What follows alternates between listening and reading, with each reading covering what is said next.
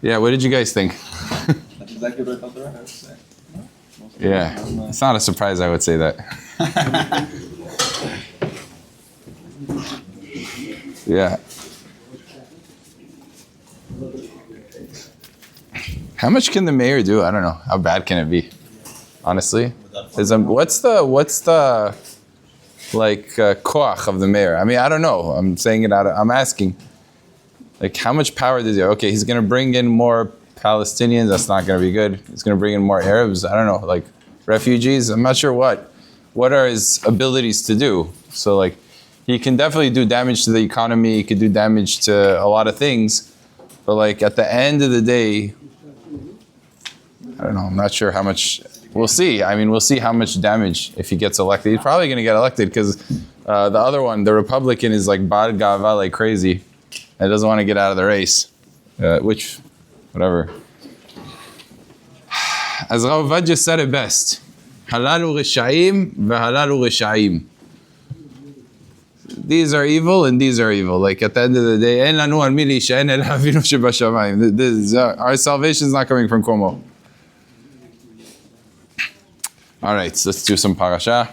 Before we start, I didn't mention the Rav Ovadia. I want to definitely highlight that we know that tonight is the second day of Cheshvan, and Cham Ovadia's Yortzeit is on the third day of Cheshvan, which it comes out this year on Shabbat. So his Yom HaShana is actually right here. It's one day away, and that's something that we should stop and think and contemplate. What did Rav Ovadia stand for? How much did he bring? It's very apropos to this week's parasha, because it's almost the reverse of Noach. And Noach, although he was a great tzaddik, obviously the Torah, who about anywhere, where does it say in the Torah that matzah hen b'nei Hashem?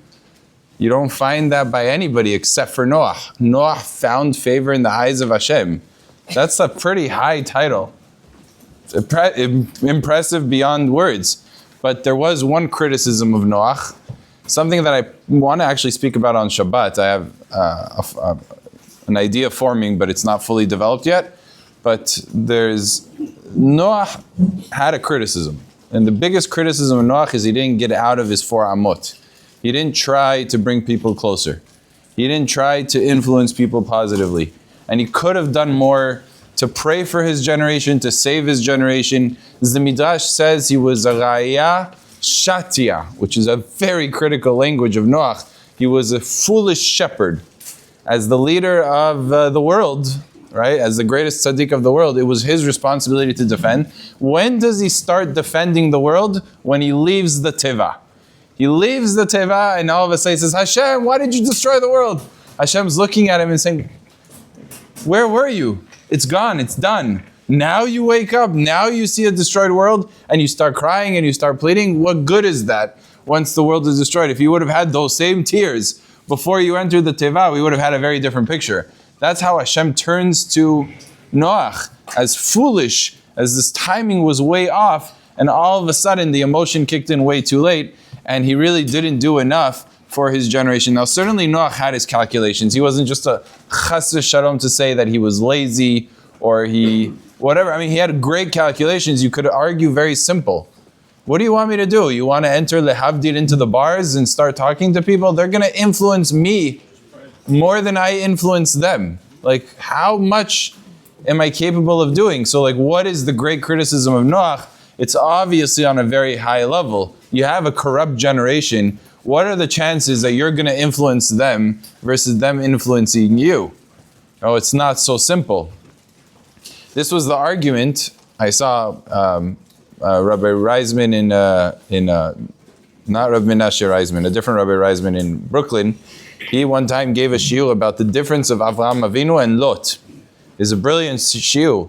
Lot basically took a very strange course, if you think about it. Here he is, a student of Avraham Avinu, learns all about chesed, all about doing good for others, and he literally decides to settle in the city that are the most evil people on the face of the world. The people that are the antithesis of kindness, the antithesis of doing good. They were militantly evil. They didn't just do nothing. They pursued evilness. When they saw something good happening, they looked to eradicate it. That's how malicious they were. That's really bad. and Lot knew about that, why are you in any mind, in any sense, moving to the worst city on planet Earth, coming from the house of Avraham Avinu? So he said there was a method to the madness. Lot specifically chose that city. He said, I'm going to take the lessons of Avraham Avinu and I'm going to teach them. I'm going to go ahead and be the Avraham Avinu. I'm going into the trenches. I'm going into the Sodomim, the worst, the capital of all the crimes, and I'm going to influence them. And he became a judge, and he became very politically powerful, so that he's going to be able to affect everybody else. So what was Avraham Avinu's position? That obviously he didn't do that. He said, very simple. You can't influence people on their turf. On your terms, you can have an influence. On their terms, you're going to be the one influenced. And the big difference was Avraham Avinu brought people to his home. He brought people from the outside and showed them from within. This is my rules, my system, my decisions. I'm going to dictate the tone and the pace of everything that happens. From every inch of this house is directed by Avraham Avinu. Every servant, every slave, every food item, everything. Every course, every meal. So therefore, I set the tone, I can have the influence. But you are going to go to Sodom, a corrupt city, and you think that you're going to have this big declaration of Hashem and Chesed and coming in. You're wrong. You're going to be influenced much faster than you're going to make a difference in others. And that's very important to understand. A lot of times we have good will, and we say, no, I'm going to hang out with these friends. I'm going to be in this party and this. But the truth is, I'm going to stand my ground, and they'll learn from me. I'll be mikarev them. It's not going to work. You can't go to the home base of where all the terrible things are happening and say, from there you're going to be mikarev. It has to be on your terms. It has to be on your platform, and through that, be'emet, there's a possibility, there's a chance. But that was the big difference between Avraham Avinu and Lot failed. Lot was definitely influenced much more than he influenced. The city of Sodom had to be wiped out. Lot was barely rescued, barely. He lost 2 daughters. 2 daughters saved, 2 daughters lost. Why? Because of the fact that you're going to be entrenched, and that's going to influence you much stronger. So Noach made a lot of sense. I mean, he's an exception in a whole world of terrible people. Avraham Avinu had to build a fortress around him in order to help others. But Noach he was busy with what he was building his teva. So it wasn't so simple. But lemaaseh, the conduct of Noach at his level was still criticized. Kadosh Baruch Hu holds Noach to very high standards, and therefore he calls him foolish shepherd. That he didn't go out, he didn't teach a public, he didn't do what he was supposed to do. And Hacham Ovadia really essentially had every excuse in the book to be a Noach, to be a type of person. The Ashkenazim have a phrase called tzaddik in pelts. You know what a tzaddik in pelts is? Pelts is one of those big winter fur coats. And he says, a tzaddik, it's very easy to be a tzaddik when you're wearing a fur coat.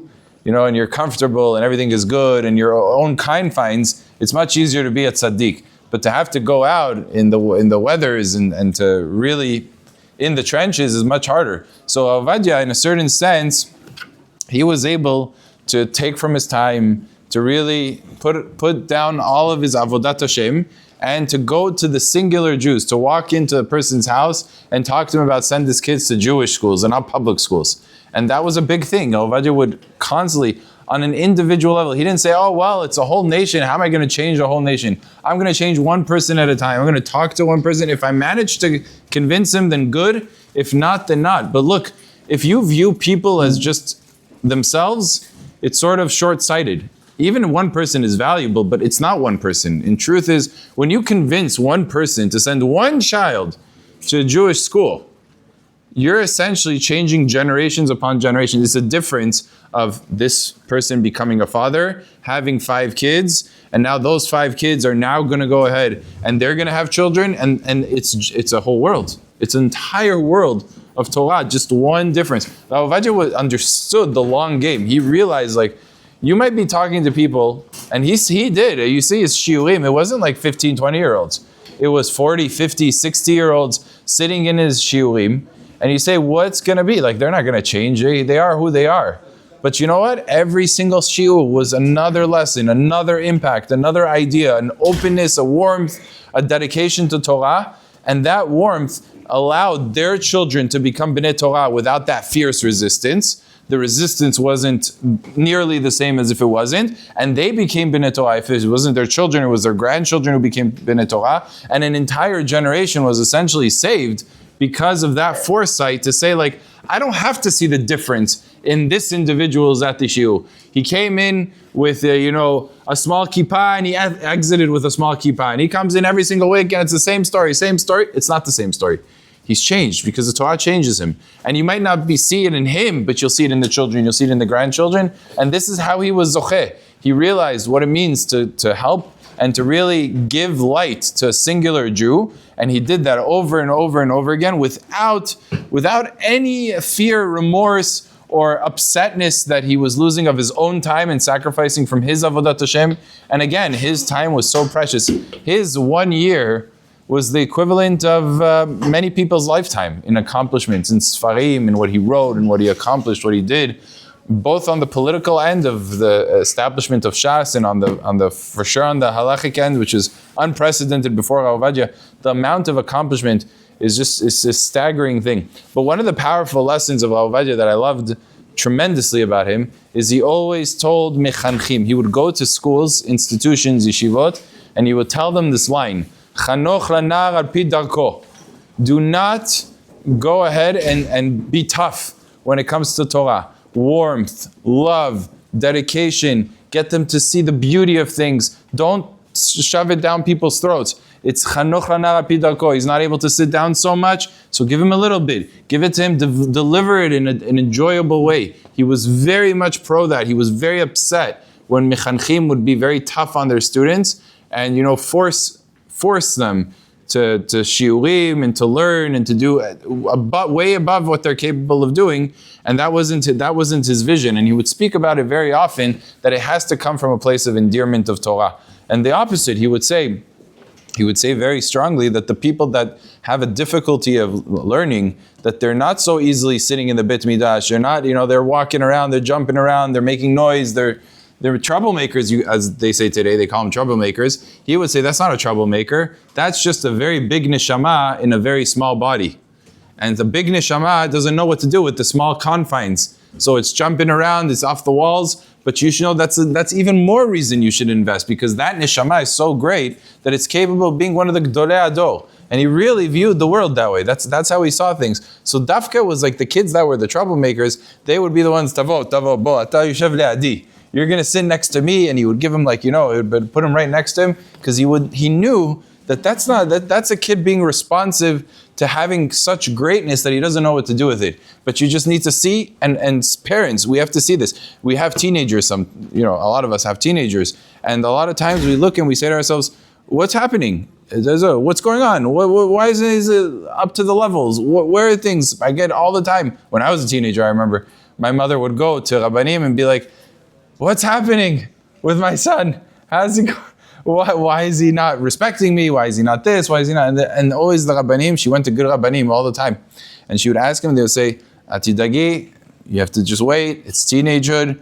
Things are going to change. Things are going to look different. You have to play a long game. It's not about today, tomorrow. It's not about right now, this minute. Is he learning enough? Is he compared to his friends? Are they doing much more than him? How come he's getting C's and they're all getting straight A's? That's not what this is about. This is about, where is he going to be in 10 years? Where is his mind going to be? Where is his love of Torah? Where is going to be his wants and aspirations? And that's a very different concept. This is something that Rav Ovadia taught all the time in his own life, in his own endeavors. There's a story about one time Rav Ovadia was, just as a sweetness, such a loving person.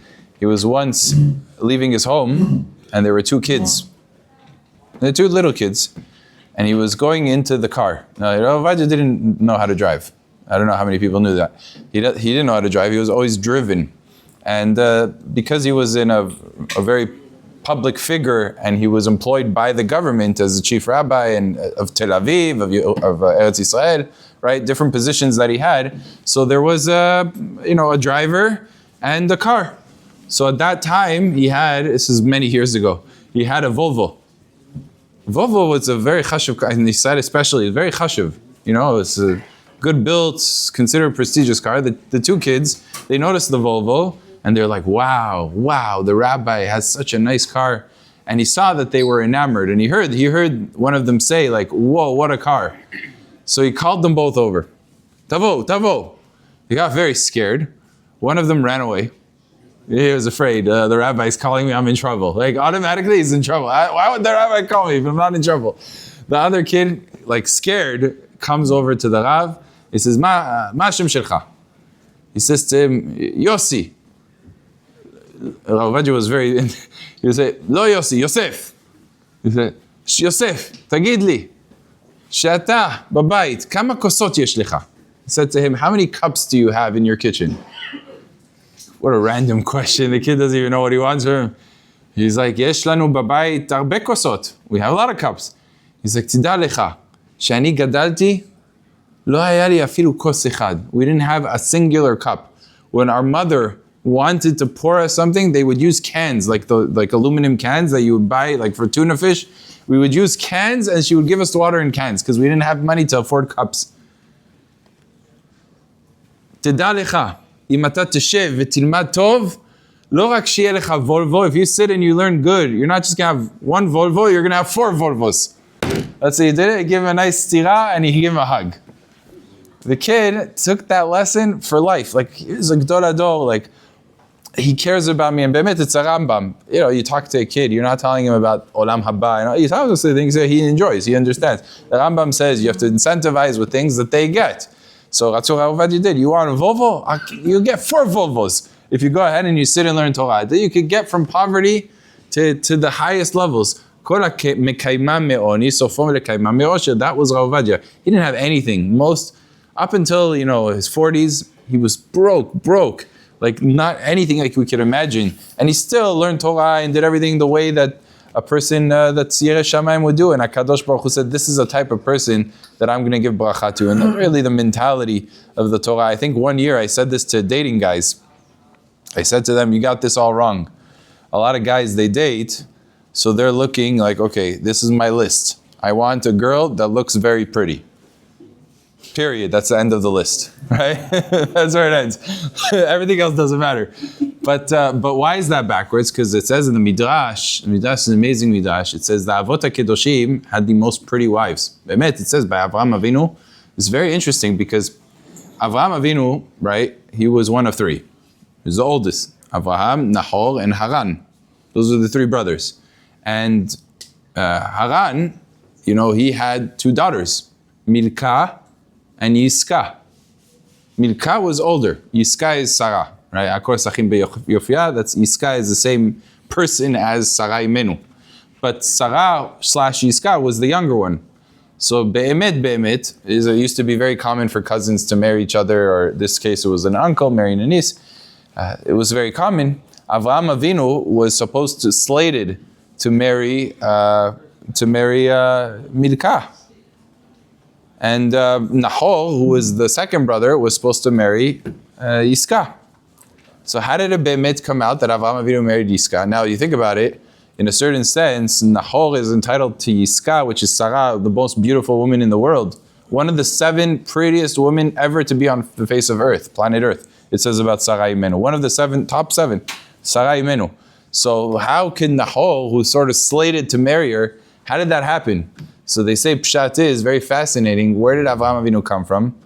Haran, from the place of Haran. And that's, remember, many years after that, Lavan was also from Haran.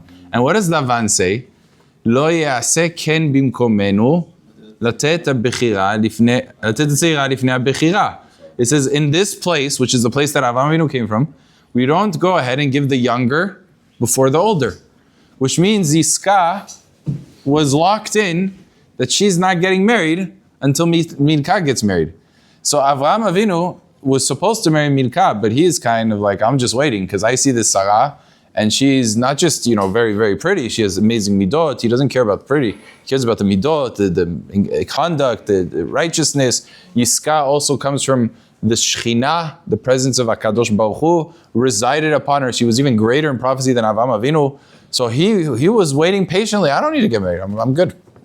I'll just wait. Now Nahor is getting antsy. He's like, wait, I want to get married. So it's like, yeah, Beseda, whatever. Milka is also pretty. Maybe not as pretty, but all right, it's good enough. I'm going to wait until Avraham Avinu decides he's going to get married. So he decided, I'm going to marry Milka because otherwise I'm going to get stuck waiting for Yiska. In the meantime, he's not marrying Milka. So I'll marry Milka. So because he married Milka, now Avraham Avinu had the ability to marry the second one. So it was all out of patience that Avraham Avinu had, that he was zocheh. He didn't try to push the envelope. He was waited, he patient. When HaKadosh Baruch Hu wants, it will happen. And that's how he got the most amazing woman to be the mother of Am Yisrael, right? Essentially. There's other pshatim, but that's a very nice pshat. I like that pshat a lot. This year, it's the first time I saw it, I loved it. I thought it was a very nice pshat. But the Maaseh, the Mikdash says differently. Mikdash says that, why is it that HaKadosh Baruch Hu gave such pretty wives to the Avot HaKedoshim? You know, it says by Rachel that she was Yifat Toav, Yifat Mareh. Some of the commentaries say, very contrary to what the simple understanding is, it says, Le'ene le'arakot. Her eyes were, some learn it was red. It was from crying, her eyes became red and very sensitive, and it was like a lack of beauty. But some actually explain the opposite. In Le'ene le'arakot, they were very beautiful. Her eyes were very beautiful, that she was also very pretty. And all the avot, you see, like all the wives were considered to be very beautiful. So Midrash asks a question that plays a role, because the Midrash's question is, why is it that all the imaot weren't able to have children? It's very peculiar. Like, here are all these tzadkaniyot, righteous women, they're all not able to have children. Sarah is not able to have children, Rahel is not able to have children, Rivka doesn't have children for 20 years. That's a lot. Well, really 10 years or whatever, she was a ketana. So let's say 10 years she wasn't able to have children when she was supposed to be able to have children. But still, it's a long time to not have kids. Why is it? So it says, the Midrash says as follows. Rashi gives one pshat, famous pshat.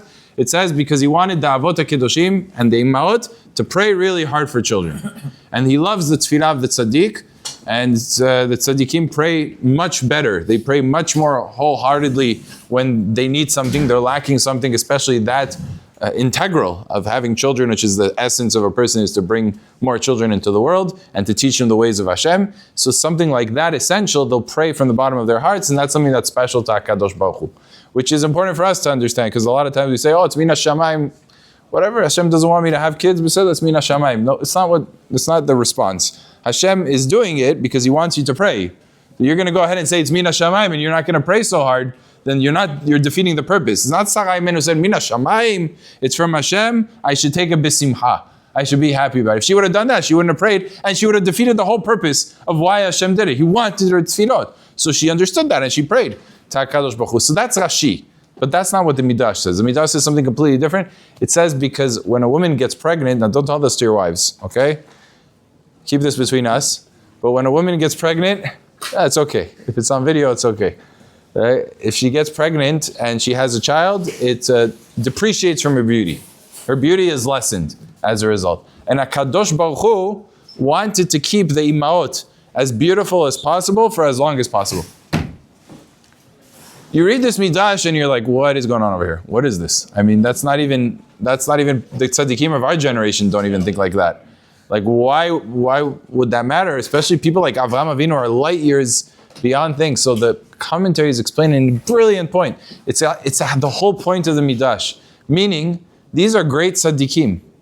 They have no attachment to this world.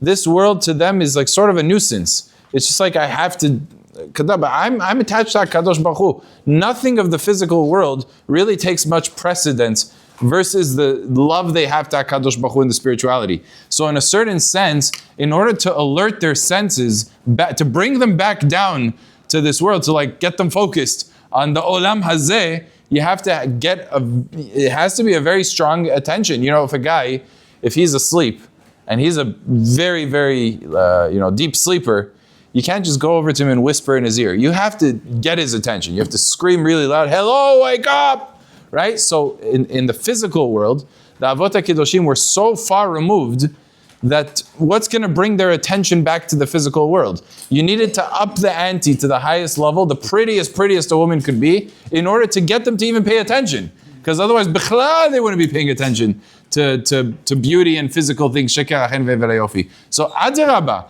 dafka, because they were so aloof and separated and didn't value this olam and that mentality so much, is why Kadosh Baruch Hu had to send them an even prettier wife, the prettiest woman of them all. Right? Because they were so aloof. So I told the dating guys, I was like, you have this all wrong. You're putting this as number one on your resume, and that Kadosh Baruch Hu says, look, they're looking for a pretty girl. They could handle anything, it's going to give them attention. Any girl is going to give them attention. If they're great tzaddikim, and they're parush min ha'olam hazeh, and they're thinking in only kiddusha v'tara, then Kadosh Baruch Hu has no choice but to get them a pretty girl. But now they don't have, so I told them they're doing it wrong. But I don't think they listen to me. I don't know, it's still number one on the resume. So I'll try again next year. The more separated, the more pretty. Huh? The more separated, the more prettier. Yeah, exactly. That's the chidush.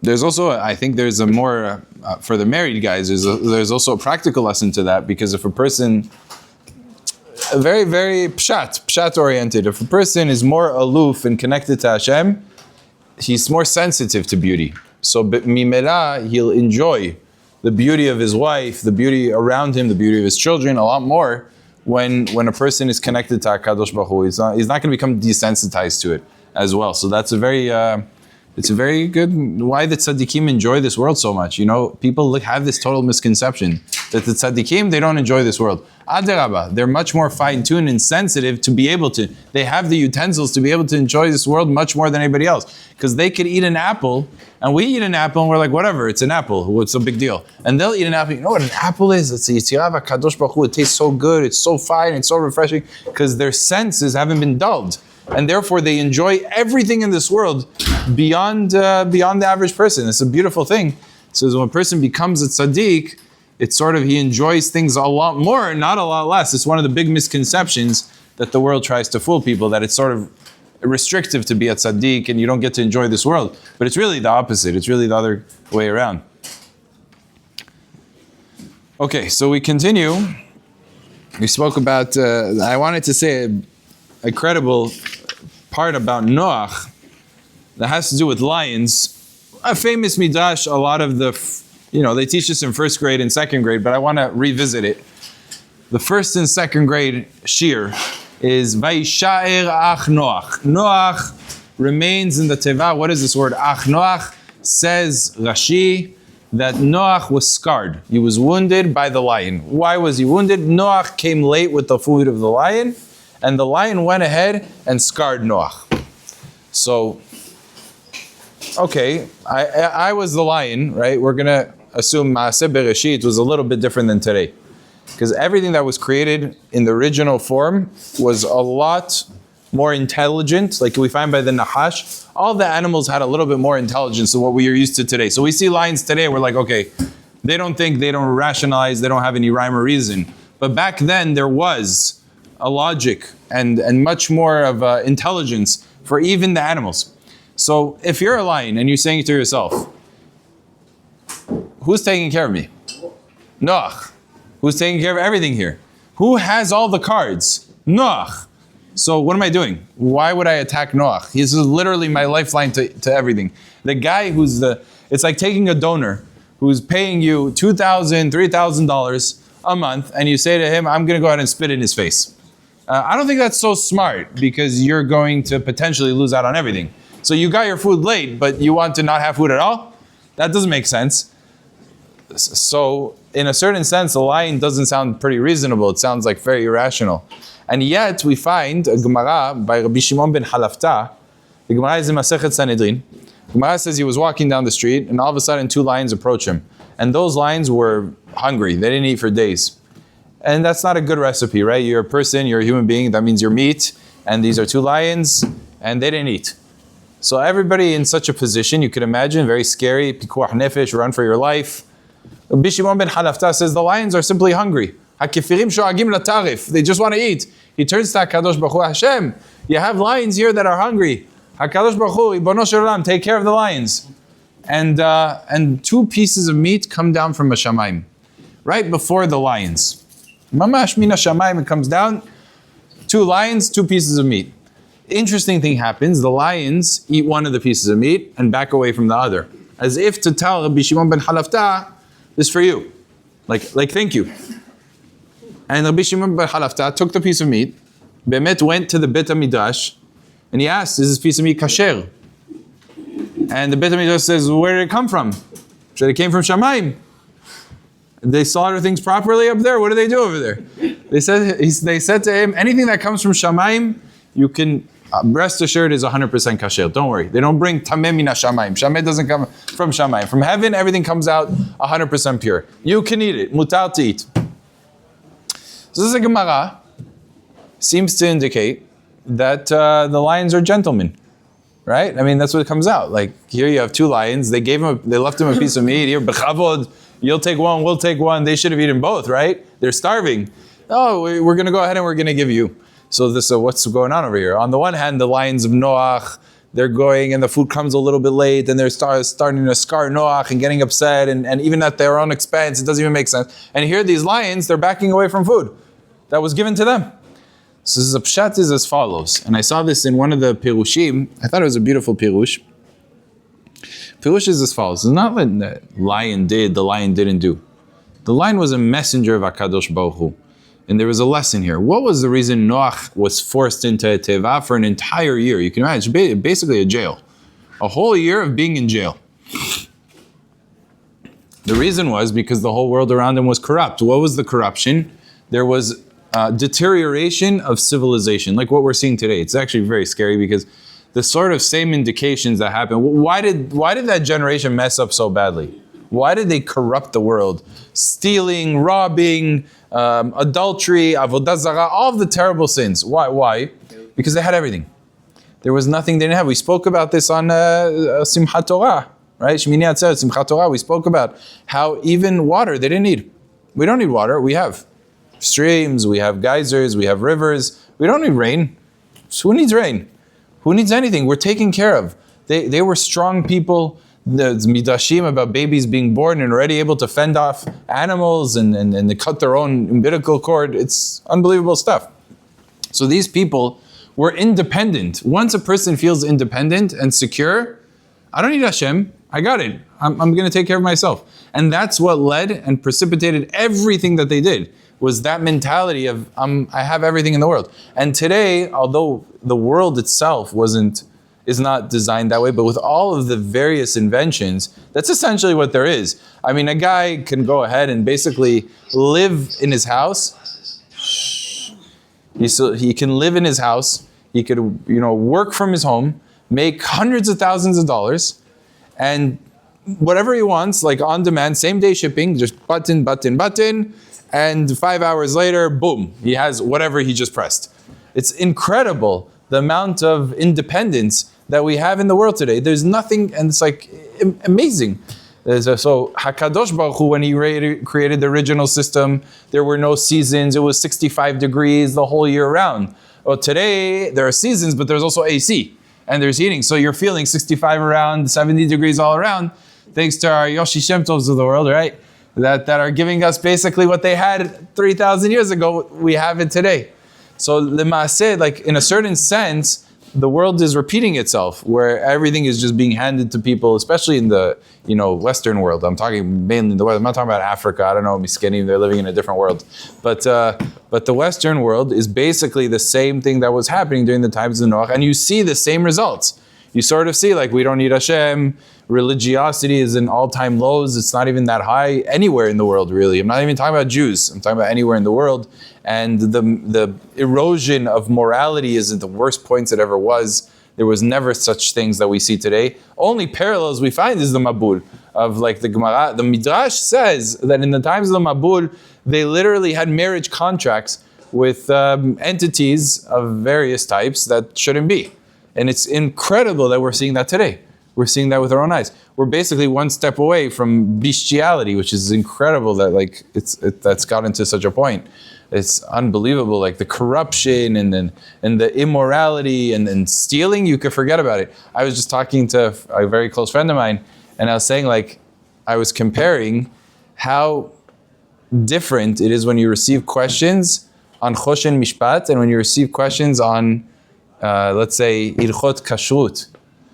Almost I did like a statistic, like internal statistic, it's not foolproof, but basically, out of the 100 questions, let's just say a number, of Choshen Mishpat, it almost always is, you can't do this. The answer is like, this is asul, this is asul, this is asul. It's like 95% of the time, and maybe 5% of the time the questioner was right. Like, yeah, you could do that.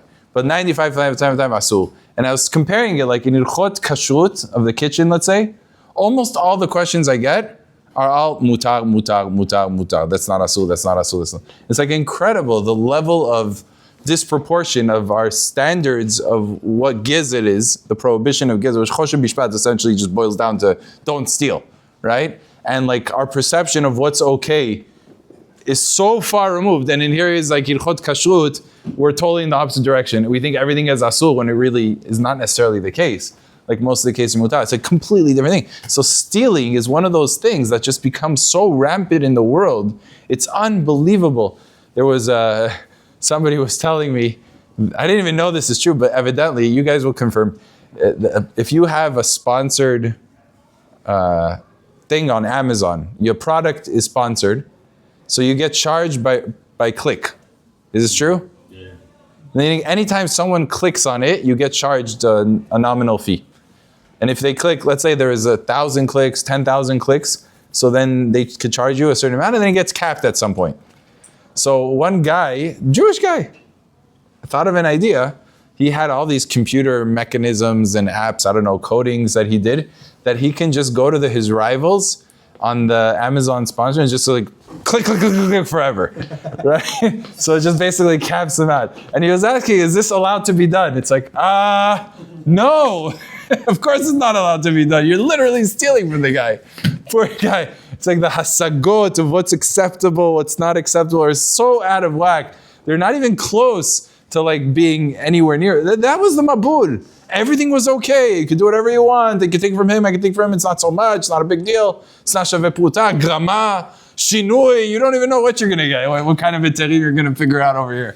But that was the world. So it's an incredible parallel.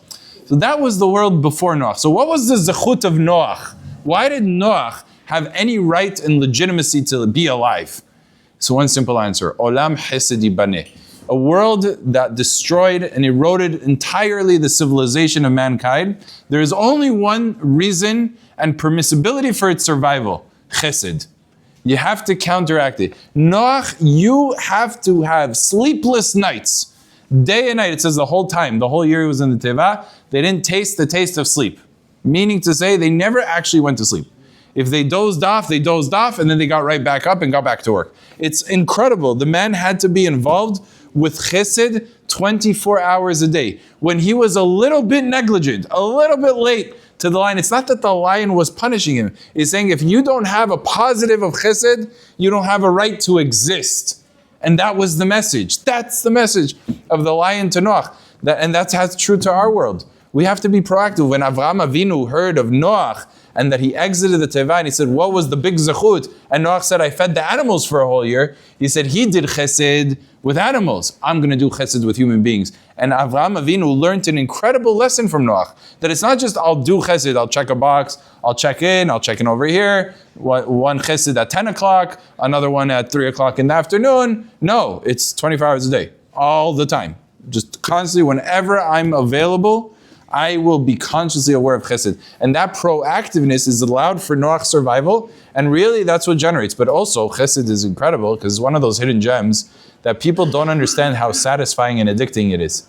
A person who is involved in chesed, he almost can't live without it, because it's so satisfying to know that you were helpful to somebody, that you did something, you brought somebody up, you made a difference in someone's life, and that's incredible. That's really a deep feeling that you can't describe. And certainly there's nothing that resembles this in the world. Like no pleasure in the world matches up to that pleasure of knowing this guy was in the dumps, he was depressed, maybe he was suicidal. I sat with him, I took care of him, I brought him into my home, and he's a different person. And he changed his whole way. Yeah? I have a question. Absolutely. If he was a righteous person in that his generation, how come his society, aside from the city, didn't kill him? If he's a different person. Why should they kill him? Because he's different. They're living their lives. Why? That's an assumption that they should kill him because he's righteous? The truth of the matter is they tried to kill him once he entered the teva. But that was already too late. They couldn't do anything. Hashem had to send the lions, and not just lions, all the animals, to stop them because they said, we're going to kill Noach. If we're not able to go on the teva, then he's not going to be able to. And they saw the waters were starting to come down, so they wanted to kill him. And Hashem sent like bodyguard, whole zoo, to be bodyguards to protect Noach and to make sure that they don't come even close. But these people were Rishaim. But in terms of their daily lives, why he's the nerd building the teva. He's not bothering us. He's leaving us alone. We'll leave him alone. Live and let live. Like they didn't see him as a threat to anything about them. Yeah. The lions that protected the teva, were they also saved, or they were the ones that were? No, they were the goners. But I don't know. Maybe they have a chelik in Gan Eden. Who knows? for doing some of that. The lions Gan Eden. But it wasn't just lions. It was all the animals. It says. It doesn't say lions. I said lions only because of the story of the lions. Okay, Baruch Adonai le'olam, amen ve'amen. רבי חנינא בן עקשיא אומר, רצה הקדוש ברוך הוא זכוי סבב מקצוע שנאמר